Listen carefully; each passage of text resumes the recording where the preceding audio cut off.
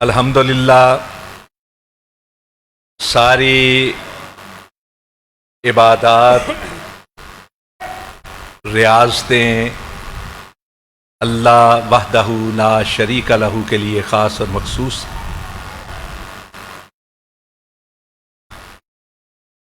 اللہ کی کبریائی کے بیان کے بعد انگنت درود و سلام، تحیات و تسلیمات سید الرسل، سید البشر، سید ولد آدم، محسن انسانیت، امام الانبیاء احمد مجتبیٰ جناب محمد مصطفیٰ صلی اللہ علیہ وسلم کی ذات مکرمہ و مطہرہ پر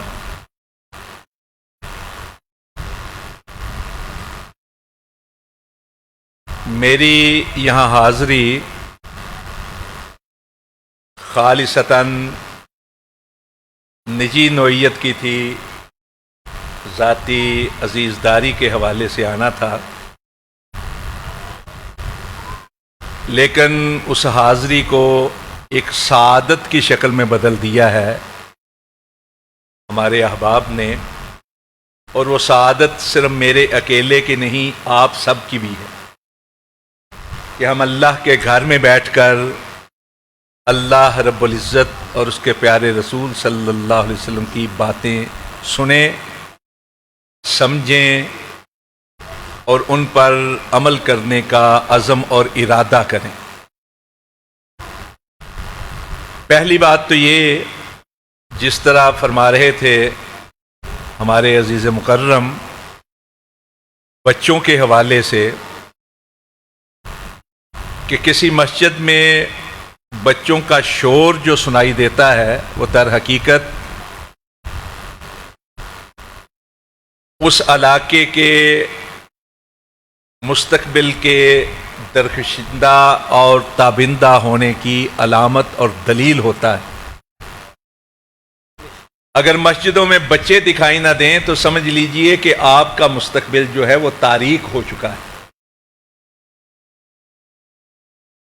مسجد میں بچے آئیں گے تو ان کی بنیاد جو ہے وہ بنے گی، اور بنیاد ہی ایک ایسی چیز ہوتی ہے جس کی وجہ سے انسان آخر تک ادھر ادھر گھوم کے بھی آ جائے تو آخر تک پھر دین ہی پر قائم رہتا ہے۔ اور اگر بنیاد صحیح نہ بنے تو پھر سمجھ لیجئے کہ جتنی چاہے اونچی دیوار ہو جائے وہ ٹیڑھی کی ٹیڑھی رہے گی۔ وہ فارسی کا شعر ہے نا کہ خشت اول چو نہد میمار کج، تا سریا میرود دیوار کج، کہ اگر بنیاد کا پتھر اور بنیاد کی اینٹ جو ہے اگر مستری ٹیڑھی رکھ دے تو وہ آسمان تک بھی بلند چلے گی، ٹیڑھی کی ٹیڑھی دیوار رہے گی۔ بچپن کے اندر ذہن کی سلیٹ جو ہے وہ خالی ہوتی ہے، بچپن میں جو لکیریں اس پر لگ جائیں وہ آخر تک رہتی ہیں۔ اور اس چیز کا مشاہدہ ہم نے دیار غیر میں کیا ہے۔ دیار غیر سے مراد وہ ممالک جو عرف عام میں غیر مسلموں کے ممالک، برطانیہ ہے، امریکہ ہے، یورپ ہے، فرانس ہے، جتنے بھی ممالک جن لوگوں کی بنیاد اچھی بنی ہوتی ہے نا، وہ بھلے اپنے معاشرے کے اندر وہ ٹیڑھے ہوں، ادھر ادھر گھومتے پھرتے ہوں، وہاں جا کر ان کے اندر کی مسلمانی ظاہر ہو جاتی ہے۔ آج دنیا کے اندر جو اسلام کی آواز طاقت پکڑ رہی ہے اس میں ان لوگوں کا بھی ہاتھ ہے جو اپنے علاقوں سے محنت مزدوری کے لیے گئے تھے اور ان کے والدین نے ان کی بنیاد تھوڑی سی اچھی بنائی تھی، اور وہاں جا کر وہ اللہ کی مہربانی سے کام کر رہے ہیں، اپنی محنت مزدوری میں سے پیسے نکال کر گھر خریدتے ہیں یا کرائے پہ لے کر اس کو مسجدوں کا رخ دے رہے ہیں۔ اس لیے بچے اگر آتے ہیں مساجد کے اندر تو خوش ہونا چاہیے، ان کے شور کی وجہ سے ناراض نہیں ہونا چاہیے۔ بچے نے تو بچپنا دکھانا ہے، معصومیت دکھانی ہے۔ اگر آپ اس کو جھڑک دیں گے تو بعض اوقات ایسا بھی ہوتا ہے کہ ایک بار جھڑکیں گے نا آپ بچے کو، وہ کبھی مسجد کی طرف نہیں آئے گا۔ پیارے رسول صلی اللہ علیہ وسلم منبر پہ خطبہ ارشاد فرما رہے تھے، سامنے سے دو بچے آئے اپنے لباس میں الجھتے، اللہ کے نبی صلی اللہ علیہ وسلم اپنے منبر سے اتر کے آگے گئے تھے بچوں کو سنبھالنے کے لیے۔ جانتے ہیں بچے کون تھے؟ حضرت حسن اور حضرت حسین رضی اللہ عنہما۔ نماز کی حالت میں کبھی کندھے پہ چڑھ جاتے، کبھی پشت پہ بیٹھ جاتے، اس لیے بچوں کا آنا بہت اچھا ہے۔ دوسری بات یہ ہے کہ یہ بچے اگر آپ ان کی اصلاح کریں گے، ان کو اچھی تربیت دیں گے تو آپ کی آخرت کا بھی سامان بڑھیں گے۔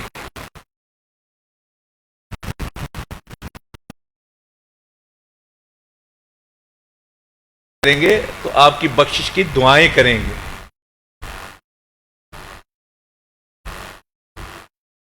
مولوی تو آتا ہے چند سیکنڈ کے اندر جنازہ پڑھا کے چلا جاتا ہے، پتہ نہیں مولوی صاحب کو خود بھی دعائیں یاد ہوتی ہیں کہ نہیں ہوتی۔ جس دل جمی کے ساتھ، اخلاص کے ساتھ آپ کا کوئی عزیز، آپ کا بچہ آپ کے لیے دعائیں کرے گا، کوئی اور نہیں کر سکتا۔ اگر آپ چاہتے ہیں کہ کوئی آپ کے لیے دعائیں کرے، اگر کوئی آپ کے لیے اللہ کے حضور گڑ گڑائے، اگر آپ کے لیے اللہ کے حضور ہاتھ اٹھائے، دامن پھیلائے، تو وہ صرف آپ کے بچے ہو سکتے ہیں جن کی آپ اچھی تربیت کریں گے، اچھی تعلیم دلوائیں گے، کوئی دوسرا نہیں ہو سکتا۔ سونے نبی صلی اللہ علیہ وسلم نے بتایا کہ انسان دنیا سے رخصت ہو جاتا ہے نا، سب کچھ دنیا میں چھوڑ جاتا ہے، یہ مال، یہ دولت، یہ عزت، یہ شہرت، سب کا سب دنیا میں رہ جاتا ہے، اور دولت سے بڑھ کر تو بے وفا کوئی چیز نہیں ہوتی۔ سونے نبی نے ارشاد فرمایا کہ یہ جو دولت دنیا میں چھوڑ جاتے ہیں نا، یہ تمہاری نہیں ہوتی، یہ تو وارثوں کی ہے۔ تمہارا مال تو وہ ہے جو تم نے اللہ کے راستے میں خرچ کیا ہے۔ حضرت ام المومنین حضرت عائشہ صدیقہ رضی اللہ تعالیٰ عنہ سے پوچھا نا کہ عائشہ گھر میں کچھ ہے؟ فرمایا جو کچھ آیا تھا وہ بانٹ دیا ہے، اب تھوڑا سا رہ گیا ہے۔ فرمایا نہیں، جو بانٹ دیا ہے وہ رہ گیا ہے۔ ہر چیز دنیا کی دنیا میں رہ جائے گی، صرف تین چیزیں ہیں جو انسان کے ساتھ جائیں گی۔ مقصد یہ ہے کہ ان تین چیزوں کا فائدہ ہے اور کسی چیز کا فائدہ نہیں۔ وہ تین چیزیں کیا ہیں؟ ایک ہے کسی کو تعلیم دی، علم سکھایا، بالخصوص دین کا علم، جس نے سیکھا اس نے آگے سکھایا، جنہوں نے ان سے سیکھا انہوں نے آگے سکھایا۔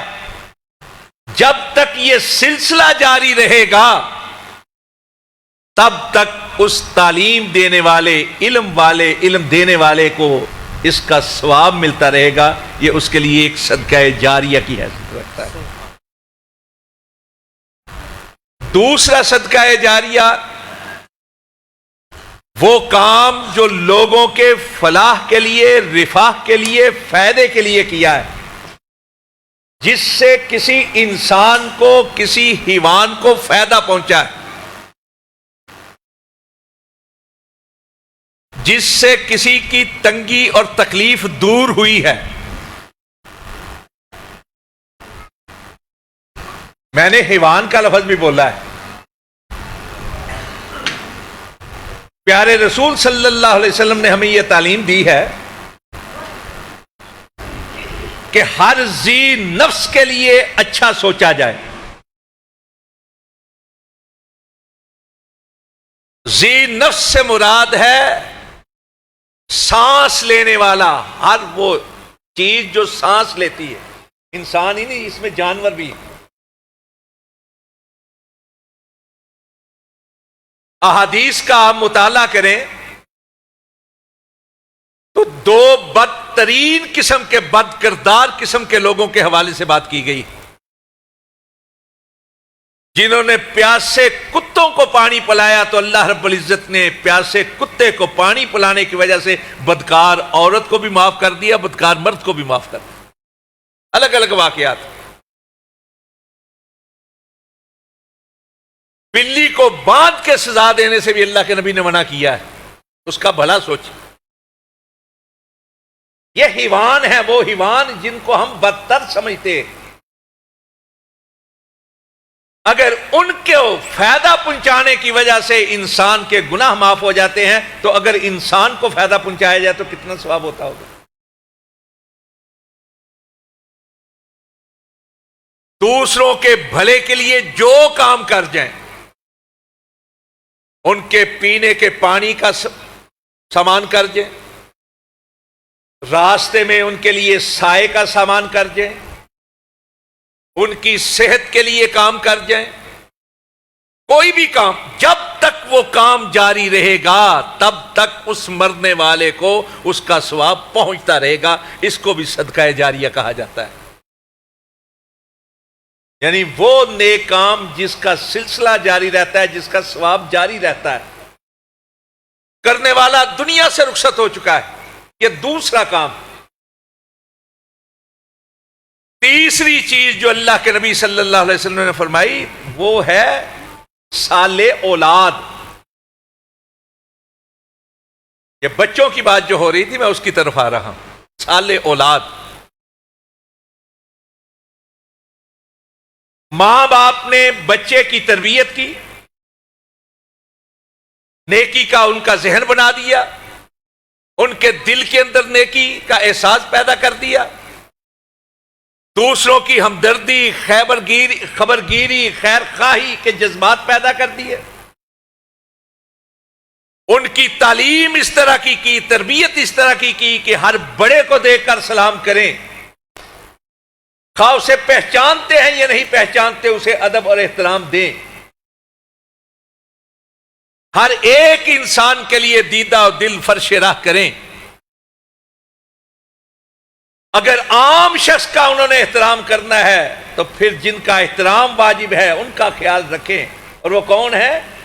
نبی کریم صلی اللہ علیہ وسلم۔ ان کی اطاعت اور اتباع کا جذبہ ان کے اندر پیدا کر دیں، اور پھر جو اللہ رب العزت خالق کائنات ہے اس کی محبت پیدا کر دیں بچوں کے اندر، اچھے طریقے سے ان کی تربیت کر جائیں، تعلیم اچھے طریقے سے دے جائیں، تو یہ بچے مرتے دم تک اپنے والدین کے لیے دعائیں کریں گے، نیکی کے کام کریں گے تاکہ ان کے لیے بھی صدقہ بن جائے، اور اگر کچھ بھی نہ کریں، والدین کے لیے دعا نہ بھی کریں، تب بھی جو بھی یہ نیکی کا کام کریں گے ان کے ثواب میں سے آٹومیٹکلی ان کے والدین کو حصہ ملتا چلا جائے گا۔ اولاد صالح جو ہے یہ بھی صدقہ جاریہ ہے۔ یہ تین چیزیں دنیا سے جانے والا لوگوں کے لیے چھوڑ جاتا ہے۔ ہم یہاں بیٹھے ہیں، مثلا میں مثال کے طور پہ عرض کرنا چاہتا ہوں، حضرت حافظ ثناء اللہ سیالکوٹی رحمت اللہ علیہ دنیا سے رخصت ہو گئے، اللہ تعالیٰ ان کو جنت فردوس میں اعلیٰ مقام عطا فرمائے۔ ان کے بھائی، ان کے عزیز و اقارب اور بالخصوص ان کی اولاد، اگر حضرت حافظ صاحب اگر کیا واقعتاً ان کی نیک تربیت کر کے گئے ہیں تو وہ جو بھی کام کریں گے وہ کوشش کریں گے کہ اس کے لیے اس کا جو ثواب ہے اس کا ایصال ان کے والدین کو بھی پہنچتا رہے۔ حضرت حافظ صاحب کو پہنچے، دعائیں کرتے ہوں گے، لازماً کرتے ہوں گے، نہیں تو ایسے کام ضرور کریں گے کہ لوگ ان کے لیے بھی دعا کریں اور ان کی اچھی تربیت کرنے والے ان کے والد کے لیے بھی دعائیں کریں۔ اس لیے میں اس بات کو سیکنڈ کرتے ہوئے جو فرما رہے تھے کہ بچے جس کثرت کے ساتھ مسجد کے اندر ہیں، ان کی کثرت کو دیکھ کے ایک روحانی خوشی محسوس ہوتی ہے۔ کوشش کریں کہ اپنے بچوں کو اپنے ساتھ مسجد میں لایا کریں. کوئی تو ہو جو ہمارے جانے کے بعد ہمارے لیے دعائیں کر سکے. یہ تمہیدی باتیں تھیں جو فی البدیہہ ذہن میں آ گئی ہیں ان کی بات سن کر، ورنہ میں نے قرآن مجید کی سورہ فجر کی ابتدائی آیات جو ہیں وہ تلاوت کی تھی تاکہ ان کے حوالے سے چند ضروری گزارشات آپ کے گوش گزار کر سکوں. اور یہ جو آیات ہیں یہ اللہ رب العزت کی قسموں کی صورت میں. اللہ نے قسم کھائی، فجر کی قسم کھائی ہے، 10 راتوں کی قسم کھائی ہے، شفع کی قسم کھائی ہے، وتر کی قسم کھائی. علماء کرام تشریف فرما ہے، میں تو ایک طالب علم ہوں. قسم کھائی جاتی ہے زور بیان کے لیے، بیان میں زور پیدا کرنے کے لیے. قسم کھائی جاتی ہے چیلنج کے لیے، کسی کو کچھ چیلنج کرنے کے لیے قسم کھائی جاتی ہے گواہی کے طور پر، اور قسم کھائی جاتی ہے عزت اور عظمت کے اظہار کے لیے. جس چیز کی قسم کھائی جائے اس کا مطلب ہے کہ اس کی عزت ہے، اس کی عظمت ہے. اللہ رب العزت نے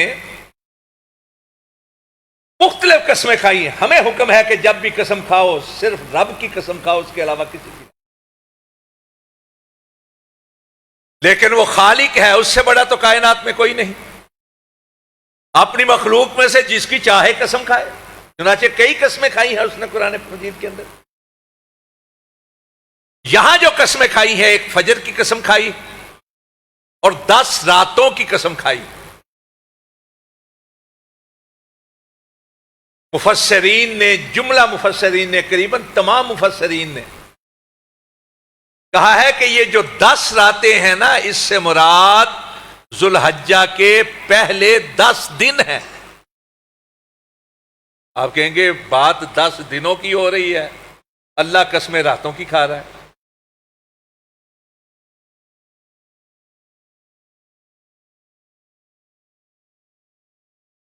عربی کا جو دن ہوتا ہے نا، اسلامی دن، یہ دیکھیے ایک ہے ہمارے ہاں جو کیلنڈر چلتے ہیں نا، 3 قسم کے چلتے ہیں، 3 قسم کے مہینے. آج کل کون سا مہینہ ہے جی؟ ساون کا کہ بھادوں کا؟ یہ دیسی مہینہ ہے، ہاڑ سون. ہاں جی، نہیں نہ پتا سانو سارے ویکھ لو ماشاء اللہ بولے نا سارے. ہاڑ دا جڑا مہینہ ہے نا، ہاڑ دا انہوں کہتے ہیں دیسی مہینہ، وکرما جیت کیلنڈر کے ساتھ تعلق رکھتا ہے. اس کے دن کا آغاز سورج چڑھنے سے ہوتا ہے. سورج چڑھتا ہے تو نیا دن شروع ہو جاتا ہے. دوسرا کیلنڈر جو ہمارے ہاں چلتا ہے وہ ہے انگریزی کیلنڈر، گریگوری کیلنڈر، عیسوی کیلنڈر جسے کہا جاتا ہے. اس کا کون سا مہینہ ہے؟ جولائی. انگریزی کا جو دن ہوتا ہے یہ رات 12 بجے کے بعد شروع ہوتا ہے. اور اسلامی جو مہینے ہیں، اب کون سا مہینہ شروع ہوا ہے؟ ذوالحجہ کا. اسلامی دن کا آغاز سورج ڈوبنے سے ہوتا ہے. پہلے رات آتی ہے، بعد میں دن آتا ہے. اور اس کا مشاہدہ کرتے ہیں ہم سارے مسلمان رمضان کے مہینے میں.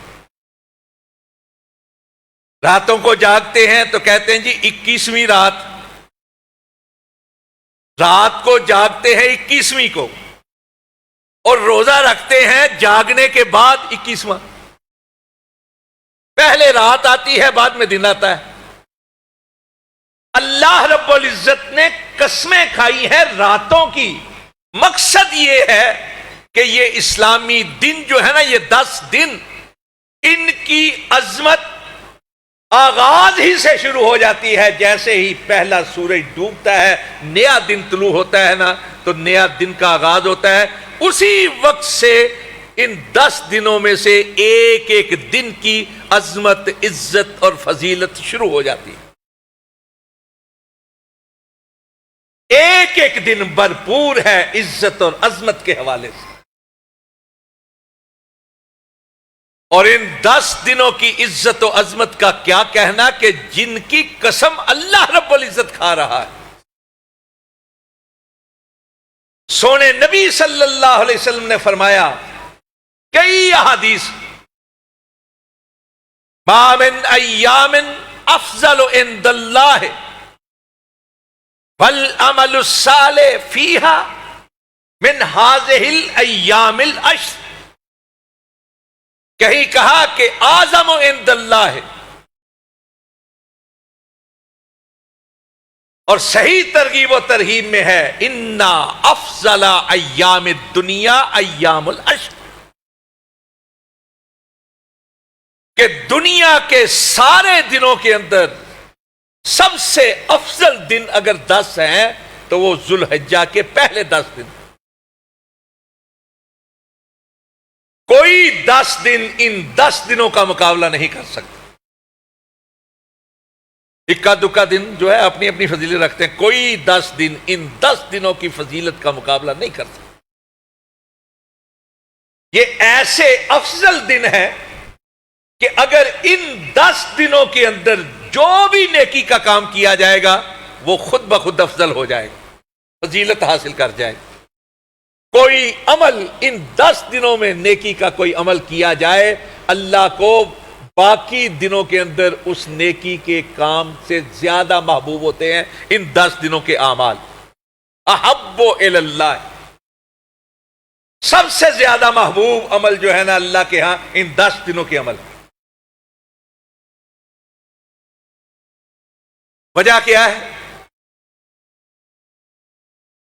وجہ یہ ہے کہ یہ وہ 10 دن ہے پورے سال کے جن کے اندر جتنی بڑی بڑی عبادات ہیں وہ جمع ہو جاتی ہیں. عمرہ ان میں،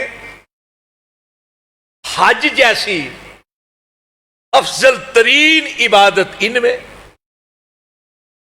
یوم عرفہ اس میں، مینا کے ایام اس میں، قربانی ان میں، روزے ان میں، صدقہ ان میں. باقی اعمال جو ہیں جتنے بھی ہیں ان کے لیے تو کہہ دیا کہ جو بھی عمل کریں گے ان دنوں کی فضیلت کی وجہ سے وہ افضل ہو جائیں گے. لیکن مجھے یہ بتائیں کہ یوم عرفہ جو حج کا دن ہے اس کا مقابلہ کائنات کے اندر کسی اور دن کا کوئی ہو سکتا ہے؟ یوم عرفہ کا دن وہ دن ہے جس دن کے اندر اللہ رب العزت جتنے لوگوں کو معاف کرتا ہے نا، جتنے لوگوں کو معاف کرتا ہے کسی اور دن کے اندر اتنے لوگوں کو معاف نہیں کرتا. بے شمار لوگوں کو جہنم سے آزاد کرتا ہے جتنے دن اس دن کے اندر، یوم عرفہ کے دن کے اندر لوگوں کو جہنم سے آزاد کیا جائے، کسی اور دن کے اندر نہیں. روایات کے اندر ہے کہ شیطان اپنے سر کے اندر مٹی ڈالتا ہے کہ میری ساری کی کرائی پر پانی پھر گیا.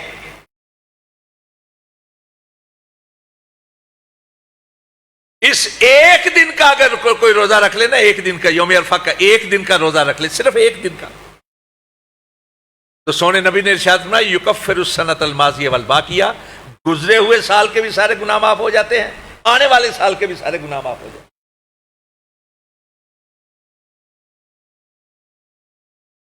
اور سونے نبی صلی اللہ علیہ وسلم نے باقاعدہ عمل بھی کیا، ترغیب بھی دلائی کہ ان 10 دنوں کے اندر 10واں جو دن ہے وہ قربانی کا دن ہے، اس کی فضیلت اپنی جگہ پر ہے.